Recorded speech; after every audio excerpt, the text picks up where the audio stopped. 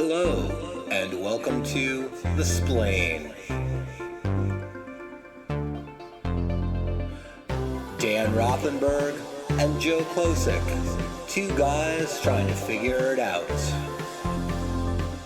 Not the right wing, not the brosphere. Left of center, with humor and empathy. Hello, everybody, and welcome to the Hello, Splain. the Splain. First thing you should do is smash that button. Smash that button. Listen. What's it called again? Subscribe. Okay. Whew. 52 years. Subscribe. What's your Okay. name again? My name is Dan. This is Joey Klosik. We call him Close Call Joey. from back in the day. Oh, that's right. Oh, shit. No one's called me that in Oh, years. yeah. Joey Close Call. Subscribe to our little channel here and help us Yeah. grow. You got to feed the algorithm Yeah. god. Yeah. Come on Yeah, board that's with how us. I Smash the understand it. like, smash the subscribe. Real quick. Okay.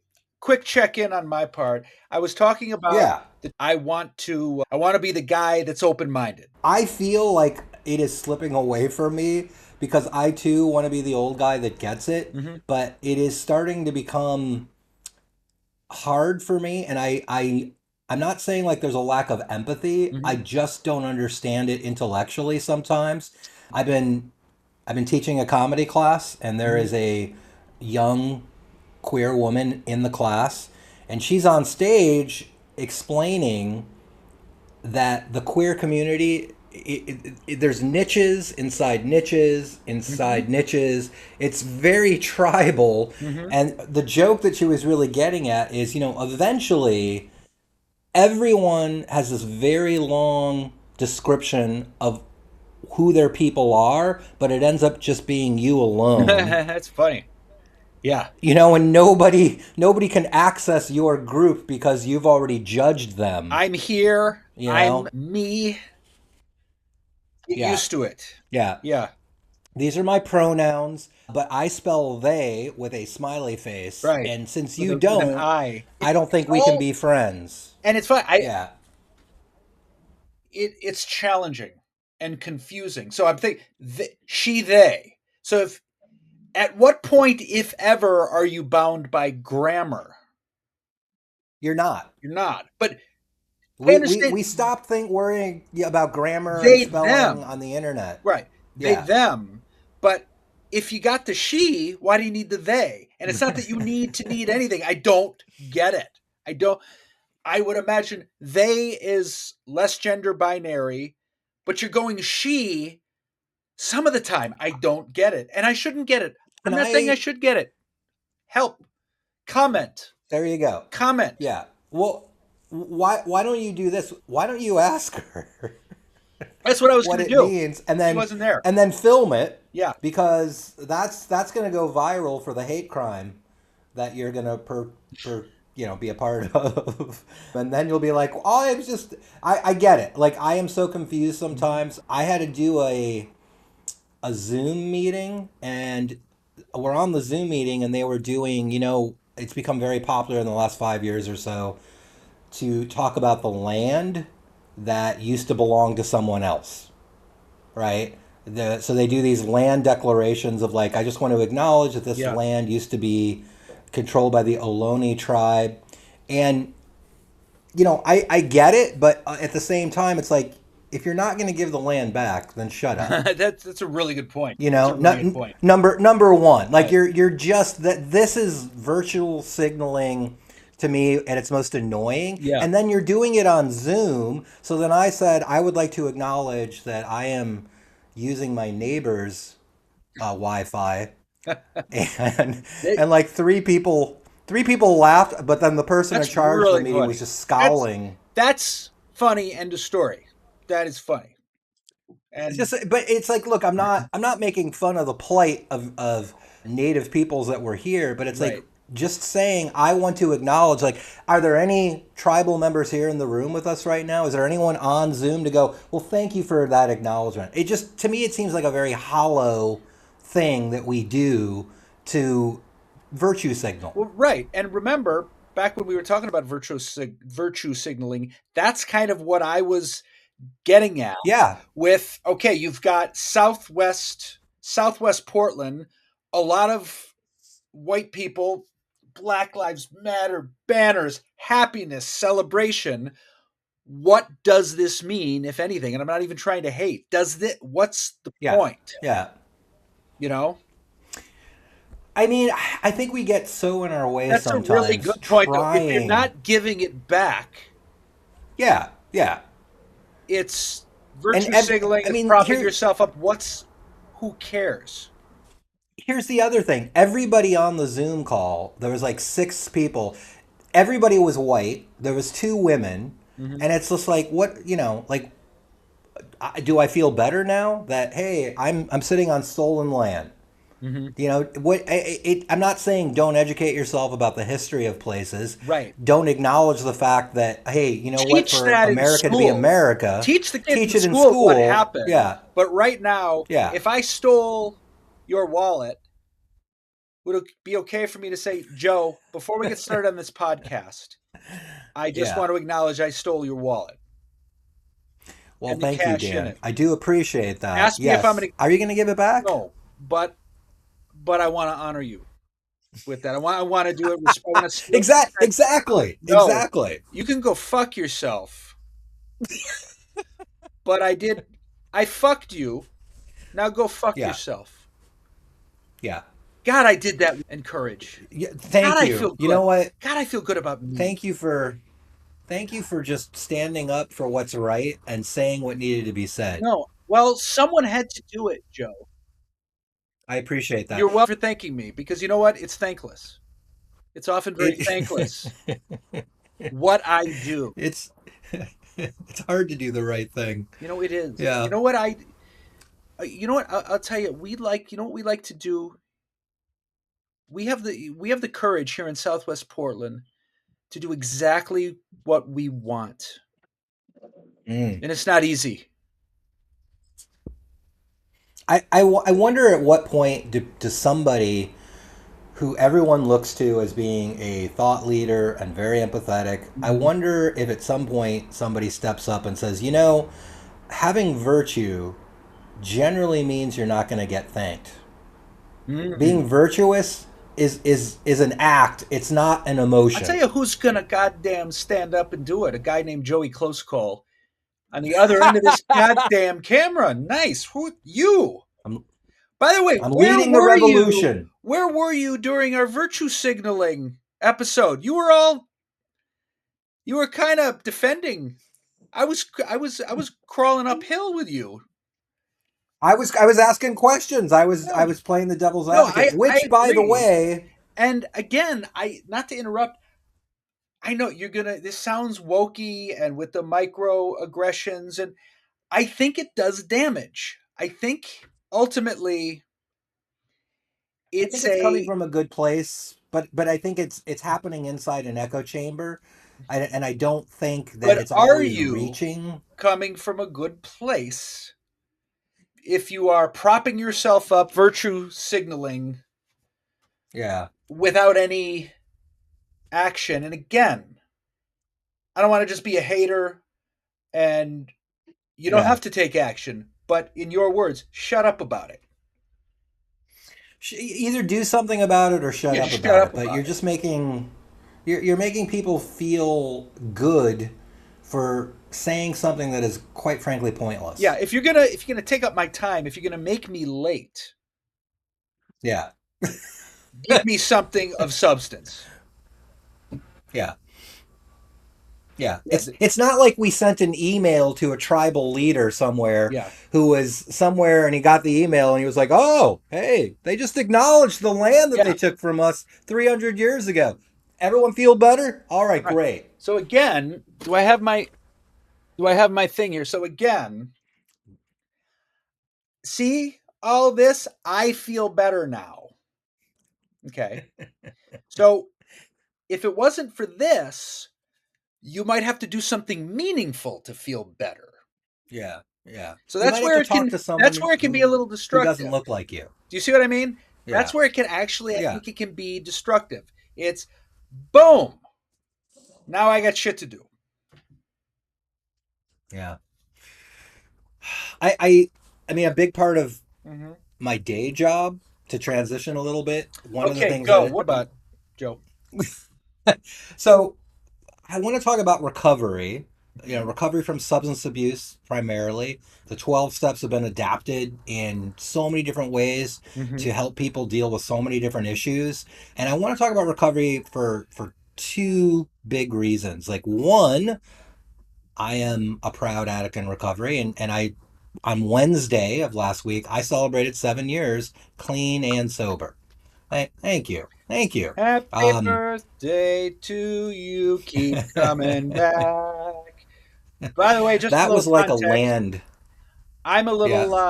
little context. I'm also in recovery and sober. I have, what is it, 34, 35. When you're that awesome, you stop counting. Whoa. Whoa. Jesus. You But just had to step all over my dick, didn't 7 you? is cute. That's good.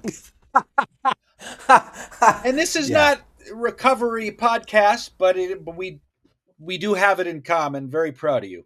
We do have it in common, and Yeah. I do appreciate that. And, here's the thing about recovery that has, for me personally, and I want to attach it to what we've been kind of talking about.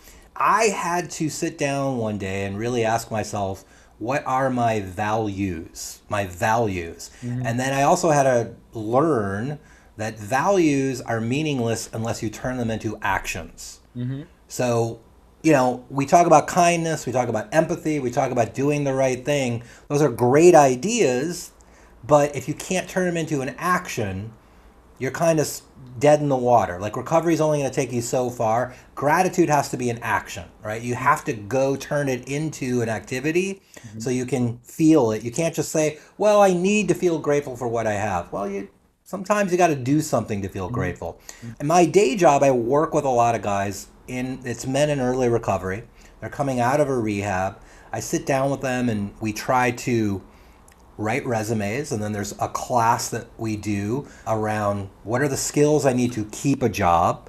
It's not something I ever thought I would be doing. It's this career that I wandered into completely by Okay. accident, So, but it turns out that for instance, what do I need to do to keep a job? Let's say you're working at Noah's Bagels, for instance. why do you pick them? I don't know. So let's say you're working at Noah's Bagels. Don't take off your shirt and storm out. Am I remembering that Yeah, right? I don't know what you're talking about. Anyway, let's move You've come a on. long way. I'm proud of you. You've come a long way. Well, I only took my shirt off and I stormed out because I was accused of stealing money out of the cash register for the month that I was working there. Uh huh. And rather than go, yes, I have been ripping you off to the tune of about $200 a day, I did the classic addict thing of like, how dare you? Mm-hmm. I show up every day on time. I give great customer service. Yeah. How You dare you? take your due, 200. That's Yeah, less it's a than little. Hutch at the punchline. Come on, we're writing that off, right? We're Right. writing that off. Anyway. Yes. Anyway, and by the way, I did make an amends to them, and Good for you. it's sort of fascinating. Like, when we talk about amends in recovery, that's a whole process. Don't rush out and start making amends until you're ready. But I did the math and figured that I owed them about $2,000, and I went with my sponsor to that Noah's Bagels, right, and Really. walked in and said, like, hey, it's like one of the most difficult things I've ever had to do in my life. And I said, hey, I worked here a while ago and I stole money and I want to make good on it. And I've got $2,000 I want to give you. And I'll never forget, the manager just looked at me and he just went, what? And I explained again, and he's just like, we write it off. Don't worry about it. Uh-huh. Yeah, because he was like busy and he didn't. There's Yeah. no way that he could figure. He couldn't put that into his worldview of how things work. So I walked out the door, and my sponsor's like, well, how did it go? And I'm like, good news, I get to keep the Uh-huh. money. Yeah. And my sponsor's like, no, No, no, I know no, that no, happened to me no. at Cantor's Deli in LA. I'm like, I get to keep the Oh, money. No, Ah, He's like, you got to go back in there and you got to explain to him, this is not about you and the company. It's about what I have to do. hmm And I'm like, so I march back in there and I'm like, hey, and it's Trevor. not busy. Yeah. It's not a busy time, but I'm like, hey, listen, I'm really sorry to bother you, but look, this is really important to me. And the manager was like, oh my God, okay, let me make a phone call. He goes into the office and he's in there for a while, and I'm just standing there. All the employees are looking at me like, what is this guy doing? He comes out and he goes, okay, so you can give me the money and the corporate is going to figure out how to do it. But the thing that blew me away from that whole experience, like he might have kept the money. I don't Yeah. know. Not your business. But I did the right thing, Yeah. right? I did what I needed to do, but the world is not set up to Yeah. even acknowledge that That's level right. of honesty or trying to make good on things. And it just, that was a huge lesson, right? In and of itself, like, oh, wow. But when I left, man, I did feel so much better. It was like a weight that was off my heart. And for those of you that sounds a little, I don't know, if it sounds a little something, if it sounds a little preachy, if it sounds a little over the top, it is transformative. It's a psychologically very healing experience. And I never missed the money too. Like that Yeah. was my big fear, Two was grand is like, a that's a lot. lot of That's a money. lot. It's a It takes a lot. lot Yeah. to just let go of 2 grand cash. You can have some And I never, you can have some fun. you can have some fun with that money. You can spend that money. You can throw your life away for five Yeah. By the dollars. I mean, way, that's the reality. I was when I was working in the Antelope Valley, I never realized how much you could destroy your soul just in a Mm. gas station. They have everything. I'd be behind someone at like a Chevron. Yeah, I'll take some scratchers. I'll take some of that whiskey. I'll take some of the Skull Bandits. Take some cigarettes. And I'm behind him like, are you gonna hit bottom anytime soon? Because I just want some gas. That's kind of the other big topic, or the thing that I want to bring up is, so I'm in San Francisco, you're in Portland, Mhm. two classically liberal cities Yep. that have really been the focus of sustained conservative attacks. Like, well, look at what conservatives do. Look at what's happening. And yeah, look, I admit that San Francisco has a lot of problems right now. But here's the thing, it's not a result of liberalism.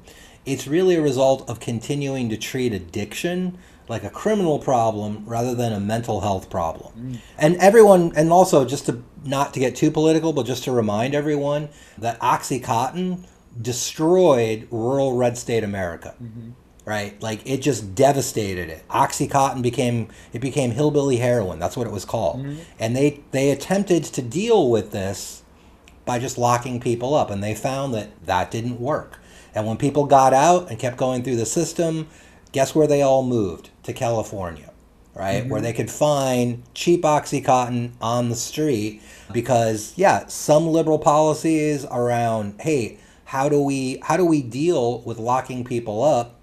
Some of that was looked at. I don't know. I'm not here to judge how those policies affected things, but I am saying right now in San Francisco, we got a brand new mayor, we have a new political system.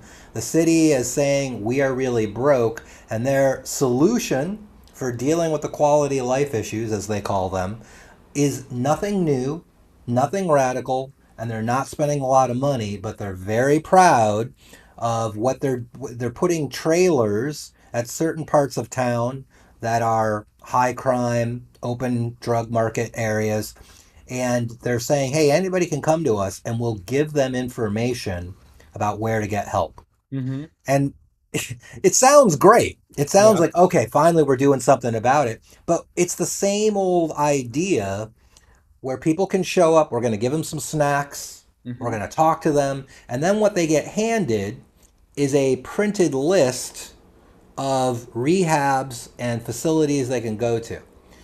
Now, one, a lot of times the stuff on that list is out of date. Mm-hmm. Two, you're dealing with people who don't have phones, or have nowhere to plug them in.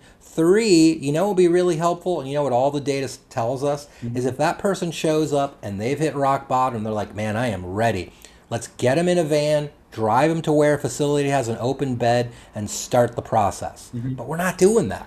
We're just doing the same old thing of like, hey, here's a phone Giving list, them information. and here's Give we're giving them information and we're giving them a bag of cookies. right. It doesn't work. It doesn't work. Okay. Because people can't get there. They don't have the capacity and in that moment the executive functioning to get an Uber. The executive functioning is well, they can't afford it. Yeah. I mean, this I'm talking about people that are dressed in rags. They have nothing. They have this moment of clarity where like I cannot continue to live like this. At that You see moment of that happen? Do crisis, you see them at that I see it that happen. stage of I see, change? yeah. Like help me. Yes, and we, you know, I don't want to say where I work because I don't want to get in trouble. I don't think we do anything bad, but Yeah. I will say that we have a system where people can show up at a tent outside, and if they're a man, because we have a rehab program for men, and say, okay, I'm ready, we will walk them over to the facility, Mm-hmm. and we will call the facility, the intake person, on the phone and say, bringing over a guy. Because what we have found is if we just say, hey, here's the address, you can go there right now and they'll take you, Yeah. they don't make it. They don't make it Right. because, again, that addict thinking, it's terrifying. The thing that's more scary than continuing to use is change. Yeah. So in But other if you words, get people, an addict reaches a critical stage of change, you got to jump on it. you got to jump Get them on to it. a You got to bed. jump on it. If you can get them to a bed, get them to a facility, get them into a detox facility, in that moment, you have this amazing Mhm. opportunity to really make a difference, to really change the And trajectory are of there where you're going beds to go. available? And here, there are beds available. Generally speaking, there and this is another thing that the city, this is where you know personalities and politics get in the way. Forever we'd been talking in San Francisco about, hey, there should be a database where all of the programs enter their availability, and then anybody could go on and look and go, hey, right now we have 25 beds available for rehab in the city right now. And if somebody shows up and says, okay, I'm ready, I want help, awesome. We're going to put you in a van and we're going to drive you to so and so place. But that database, people argue over how to manage it. People argue if some people should be on there. Long story short, it's not working because Who's it's arguing? ineffective. Everybody. I mean, all the nonprofits are arguing. I mean, this is, everybody agrees we need to do more, but then nobody agrees how to do it.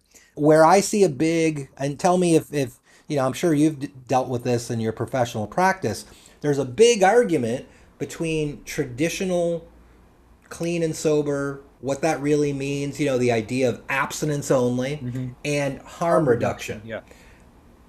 And harm reduction has taken off like it's going to be the thing that's going to save the city.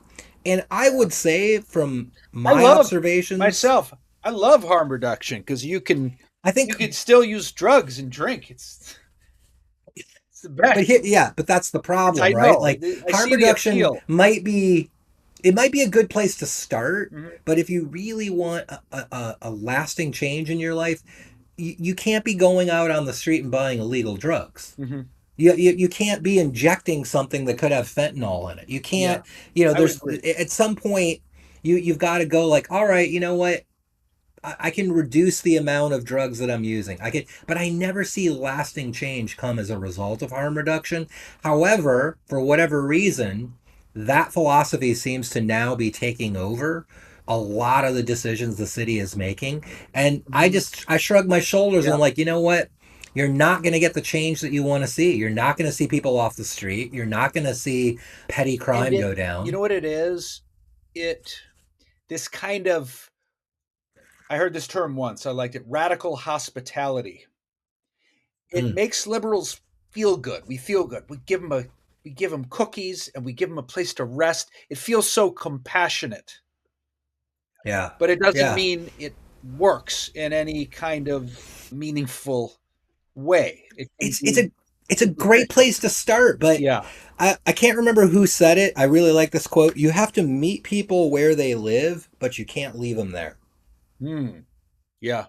You know, Yeah. and to me that idea is like, all right, look, I get that right now you cannot imagine a life without drugs and alcohol. I get that. You can't imagine a life like the Mhm. other issue too is like there's a lot of people that don't want to leave the street. And I think Mhm. people are like, well, look, what do we do with those people? They don't want help.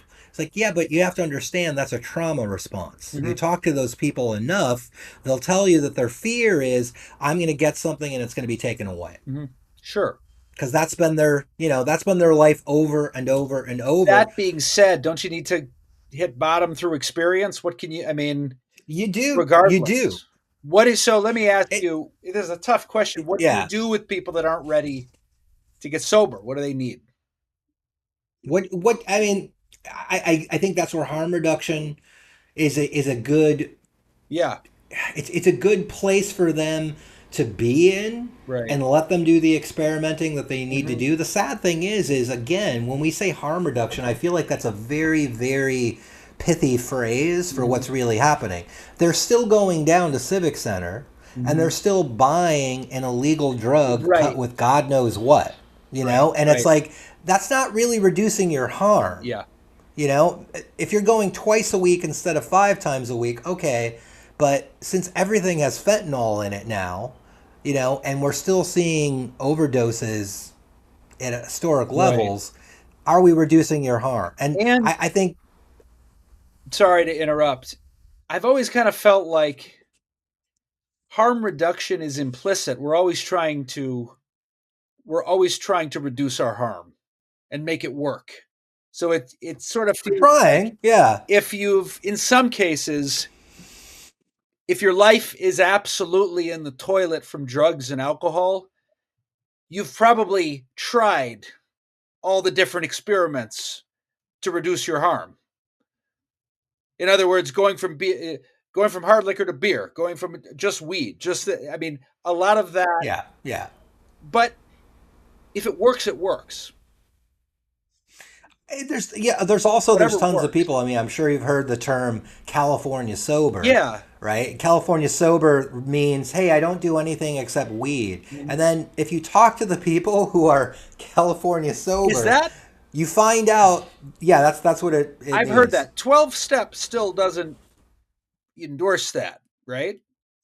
No, no, no. I mean, everything's got to go. But a lot of people will ask me, it's funny, like sitting down with someone, they're like, so, you still smoke weed, right? I'm like, no. Oh, well, you can smoke weed though, can't you? Like, no, it's a drug. No, It it's a doesn't matter that it's drug. illegal. Beer's legal, whiskey's If legal. you It's and you again, can look, do I'm whatever not you want, preaching. Yeah, do it. But but why? the Yeah. people that tell me they're California sober, they spend a stunning amount of money on THC products. The gummies, the Mhm. edibles, the vapes, they spend a stunning amount and guess what? They are high 24/7. Mhm. And I look, it's going to affect you whether you think so or not. It's going to affect you emotionally, cognitively, right? It just is. I'm happy that you're not doing cocaine. I'm happy that you're not drinking. You're a better person for it, but don't kid yourself that you're drug free. Don't kid yourself Mhm. that you're still not putting on a blanket to shield yourself from reality because Mhm. that's what I see a lot of people doing. And then when they make mistakes or they get into problems or they emotionally just can't deal with something, I'm like, do you think maybe all the THC that you're taking might have something to do with this? Yeah. It's sad and it's frustrating because I think that California is running a harm reduction program and it's called THC for everyone. Mhm. I mean, you walk down the streets in San Francisco, the only new businesses that are opening are dispensaries. They're everywhere all over town. And Everywhere. to me, that's fine as long as you're functioning. If you are Well, they're functioning, functioning. if are you functioning? Are you able to maintain relationships on a functional level? Are you going to work? Are you being happy or self-actualized is up to you. Yeah. But if you're smoking weed all the day, all all the time and functioning. It's not how I want to be.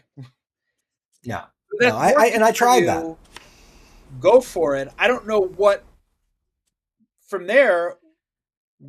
I don't know why you even need any help. If you want to It's, smoke weed.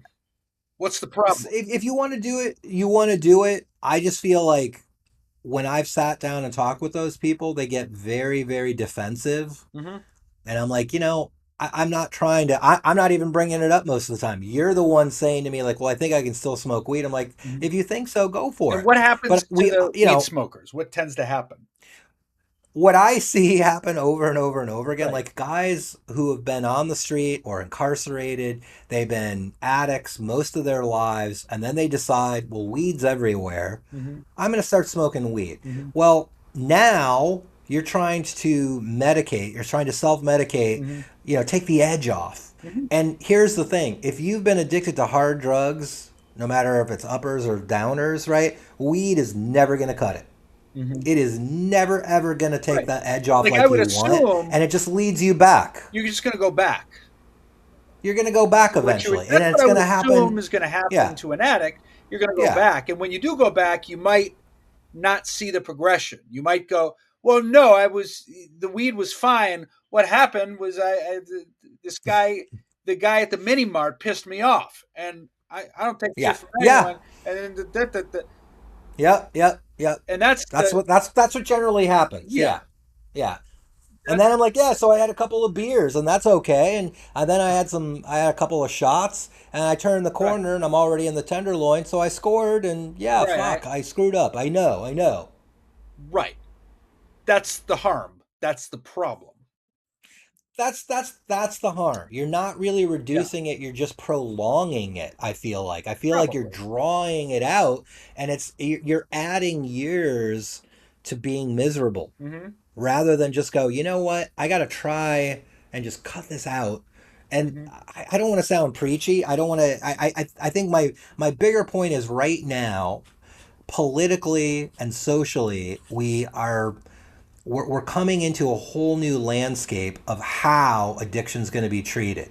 Some of that's budget cuts, some of that is politically the empathy for people that are suffering with substance abuse. It's not there anymore. It Mm-hmm. just is not there. And it's What the so pendulum is it's not there swinging on the right or back. the I left? think the left is out of money. I Uh-huh. mean, San Francisco is a huge liberal town. We were the center of tech everything, and we're at almost $100 million budget shortfall, Mm-hmm. right? So we're broke. Um, the right, their answer for everything is lock them up. Mm-hmm. That's it. Mm-hmm. I don't really believe that Trump is that interested in the fentanyl crisis, Mm-hmm. because trying to stop it from entering the country isn't going to stop it. Right. Not when the demand is still there. The demand is where you got to deal with it, and that means really taking a hard. I don't know how you sit the American people down and go, listen, I know life is tough, but you know what? You live in the first world, fuckers. Mm-hmm. Grow a pair. It's not that bad. I saw a statistic, of Is all that the your sentiment painkillers. or I mean, I'm kind of joking, yeah, but it is fascinating to learn that 80% of all the painkillers that are made in the world are consumed in America. that's just yeah, that's just compelling statistic. I mean, it kind of blows you away. It's like, are we hurting that bad, or just do we have access to it and we might as well numb ourselves rather than really deal with what's going Mm-hmm. on? And if we're going to go back to the idea of like, hey, let's treat addiction more like a legal offense rather than a mental health crisis, Mm-hmm. you're just setting the country up, for a long-term lesson, and it doesn't work. Right. That I believe that doesn't work. And it'll make it worse because you incarcerate people and you treat people with a lack of empathy. It re-traumatizes them and just Yeah. perpetuates all things that increase addiction and increase mental health issues. So let me, for instance, from your point of view, we both live in From my these point of liberal view, yeah. cities with tents, right? from where you sit, is a lot of that have to do with addiction? Yeah, 100%. Okay. And I think addiction is also not a standalone issue. And I'm also really, really tired of how, sometimes you have these wonderfully well-educated professionals talk about, oh, we need more centers for people who are dual diagnosed. And I'm like, everyone is dual diagnosed. Mhm. Nobody is just suffering from addiction. Yeah. All right. There's generational poverty. There is a lot of other mental health issues that are on board with someone. Yeah, they're self medicating because they're probably bipolar. And Mhm. then the only way they're exposed to any kind of mental health help is if they commit petty crime and then they get into the jail system. And then the jail is not really set up to deliver mental health. Mhm. It's just sort of a side thing for like, shit, we got to try to control this inmate. So that's Right. So valuable. You're working with people that are living on the street. living on the street, they're in tents. I mean, they come to where I work. We have a couple of different access points. We have something called a hygiene hub Mhm. where unhoused people can come, get a shower, do laundry. Mhm. No questions asked, no judgment. I will tell you something that's fascinating, though. They started to realize that so many people were coming in with wounds, untreated wounds, that now it's evolved from just showers to wound care, Mm. right? So again, like, all right, people are in rough shape out there, and nobody is choosing that life. Nobody one day sits down and goes, I'm going to live in a tent, Right. drug addicted and broke, and steal to support my habit, and I'm going to get gangrene in a leg. Yeah. Nobody's actively pursuing I that. agree. Now I hear the opposite from a lot of people on the left, on the right are upset and judgmental and saying no, they do choose that. That's Well, here's the thing. they choose Here's that my because they question. they want to live off my tax dollars. They decide to give up, Right, and right. now it's my problem. Yeah, but I would say, and I'm sure someone could fact check this, but I would bet you that if we rounded up and put every addict in America into a 1 year program that treats all of their issues and helps them find meaningful jobs, that all of that would cost us 10% of what the Pentagon gets. Hmm. Right. I bet you. I bet you that like the actual cost to helping people that are that low on the ladder is negligible, Hmm. right? It's a small amount of money, but I do get like, well, why can't we solve the problem? Why do people go to rehab 5, 6, 7 times and end up back on the street? And I would say that all of their issues are not being addressed. A lot of the programs are not long enough. A Hmm. lot of the programs need better quality help. And also, it's extremely confusing to navigate the ridiculous amount of red tape. Here's somebody that you already know has cognitive issues, has mental health issues, has a whole lot of barriers. And then you're saying, okay, Tuesdays and Wednesdays, you take this slip and you go here, and that's for your bipolar. But then Thursdays and Saturdays, you need to see this person to get your medication because of your Hmm. addiction issues. Also, housing, you can't get that quite yet, so you're still going to be on a tent, but Oh we're yeah, going to the send you to this bureaucracy other is person to help get a hell. job. It's insane. It's insane. It would drive anybody who feels like they have their shit together to go drink and drug. Right. It's an unworkable system. When I listen to you, I mean, I think you have a lot of good points, and I think you're coming from the trenches. I think you know what you're talking about. And all I can think of is this is why problems don't get solved when things are polarized, because political decisions are made emotionally. And Just it's not a political issue. right. I mean, that's the It's other thing. addressed, Like but yeah, Republicans and pull a Democrats man, both lock him suffer up, from get him out this. of my city, out of sight, Yeah. out of mind. And, I would also say like the people who relapse and have relapsed over and over again, there's people that they've had cancer two, three, four Hmm. times, right? And no one's like, what are you doing wrong? Right. Why don't you get it? How come you can't be healthy? Yeah. It's again, there's this stigma, like, man, this guy just can't get it. We should just throw him away. Right. like you said, these people aren't choosing it. When I worked at Penny Lane Centers, great experience in Los Angeles in the Antelope Valley. For instance, I could see our policies. I worked in a wraparound program, so it was a lot of money, a lot of boots on the ground. Hmm. Truth, and this is I'm violating my liberal card here.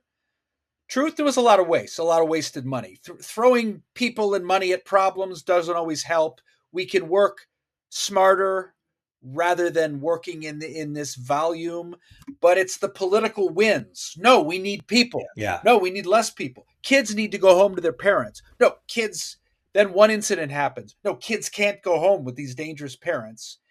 And we Yeah. miss the sweet spot because Yeah. people align with their own politics and people want to save their jobs. So we Yeah, need it's like true. And common sense from both sides.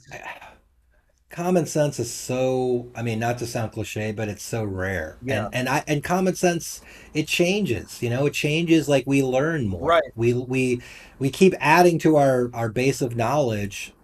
I would say that the biggest thing, right? And here's where it gets tricky, because you know what worked for me might not work for another person, and nobody knows what finally clicks for somebody. Hmm. I mean, I had like 5 years clean and sober at one point, and then I relapsed, and I was basically out there, Hmm. for another 15 years. Yeah. Not always at my worst, but I would try to come back in and come back out, and I had to hit such a bottom again, and I think that's necessary. But Hmm. again, what worked for me might not work for you, and it gets very, very difficult to articulate what is happening when someone goes, "Oh, I have to make these changes." Hmm. Some of it sounds spiritual, and then people get offended or pushed away by that. Some people want to tell you about Jesus, and no, some people Hmm. want nothing to do with that. Some people want to just preach something about your moral character. Others don't want to hear about that. I mean, it nobody really has the answer. Hmm. We're closer today in at least acknowledging, like, okay, some people in society are addicts because of this peculiar mental and physical quirk that they were born with, and here's what we kind of know might help. But getting that information and then giving people space to figure that out, Hmm. that's the tricky part, because a 30-day program almost never has long lasting results. Hmm. You could track the data, and it'll tell you that a lot of people that go to, it doesn't matter how much money, if you're going to like a Malibu place Hmm. or a free place, 30 days is not really enough to Plus, impact. you know what I hear a lot? The quality of sobriety isn't always even about the duration, the longevity of your sobriety. A lot goes into it. I hear this all the time with the new trendy programs. For instance, AA doesn't have a good success rate. What is success? What does that even mean? Yeah. Um, does that people from my place have been sober? I've been sober 5 years. Is that a lot? Eh, not necessarily. Success today is drinking tomorrow. Mm. Yeah, you know what I mean? You're successful to, I'm not trying to be negative about it, but one plug I will give to our program, and again, this is not whatever works for I'm not every advocating. individual. Yeah. Yeah. What I like, but I'll say this: what I like about the 12-step model is it addresses the addictive personality, the quirks of the personality. If you are struggling with addiction or your loved one is, I'll bet you notice that it's not just about drinking or using drugs. They are, I would bet they're Yeah. impulsive, emotional, black and white thinking, unpredictable, Yeah. manipulative, etc.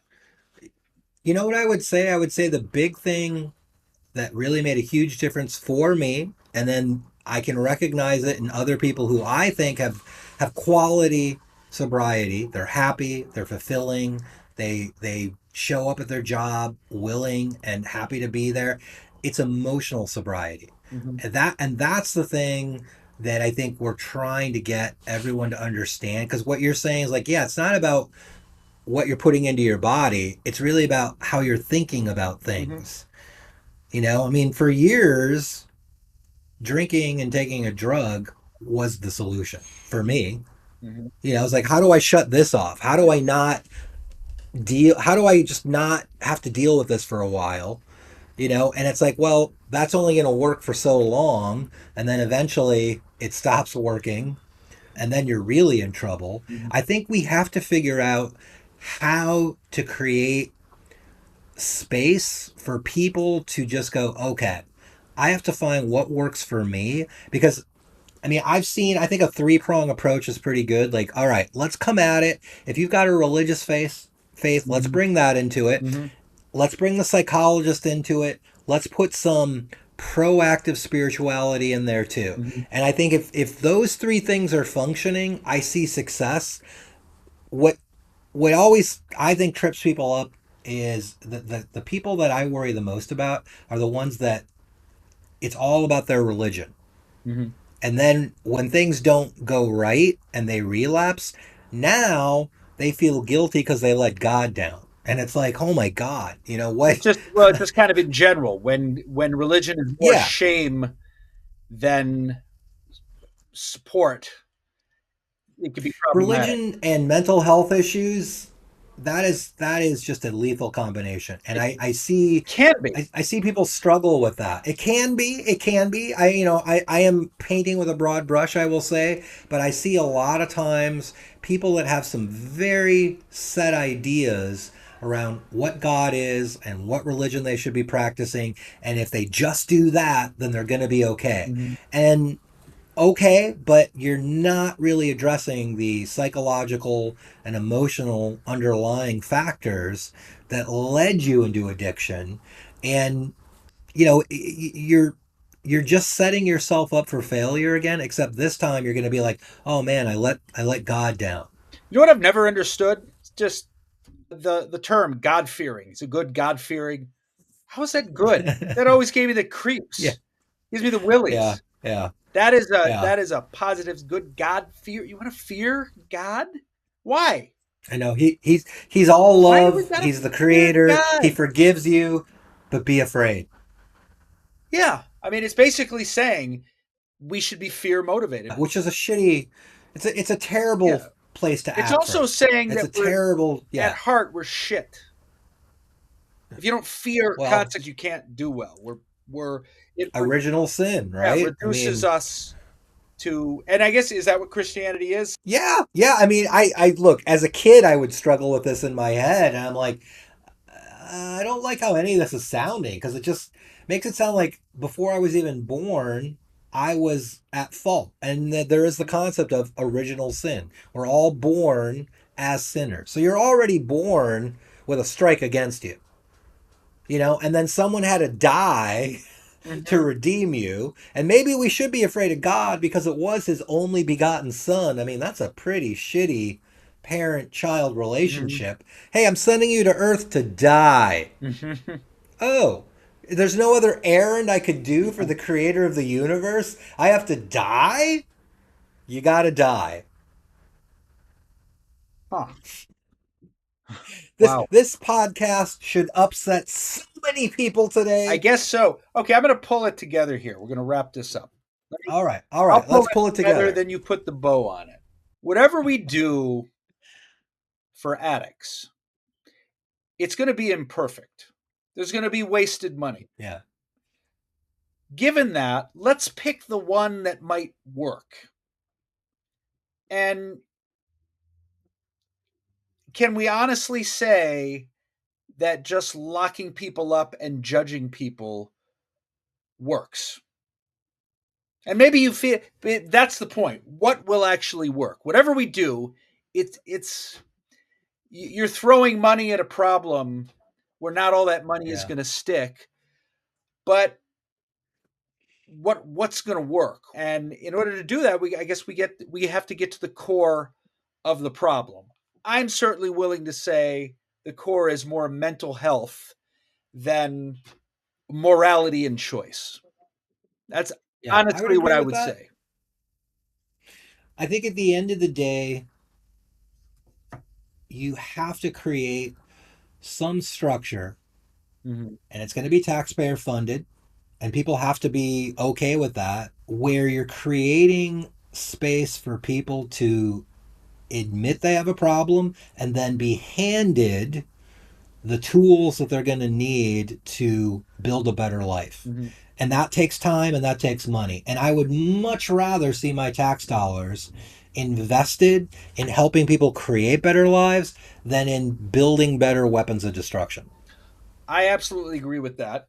And a little less idealistic, I would say, I would just point out to anyone listening, both you and I are able to look at flaws of both. I know we're left of center, but we're also talking about the wasted money on the left. Like you were saying, we bring you here and we give you a brownie, we give you a place to, oh, so beautiful, a place to breathe, and that's ineffective. That's, we're kind of saying that's as ineffective as just throwing them in a jail cell. But I would say the direction of the first is better. Yeah. It's look, it's a good place to start. Yeah. I'm surprised that people aren't showing up at these places and hey, I need help. And like first, I want to acknowledge that the land that we're on was Yeah. stolen Or from the you ain't Ohlone getting a cookie. tribe. You ain't getting a goddamn cookie until you acknowledge.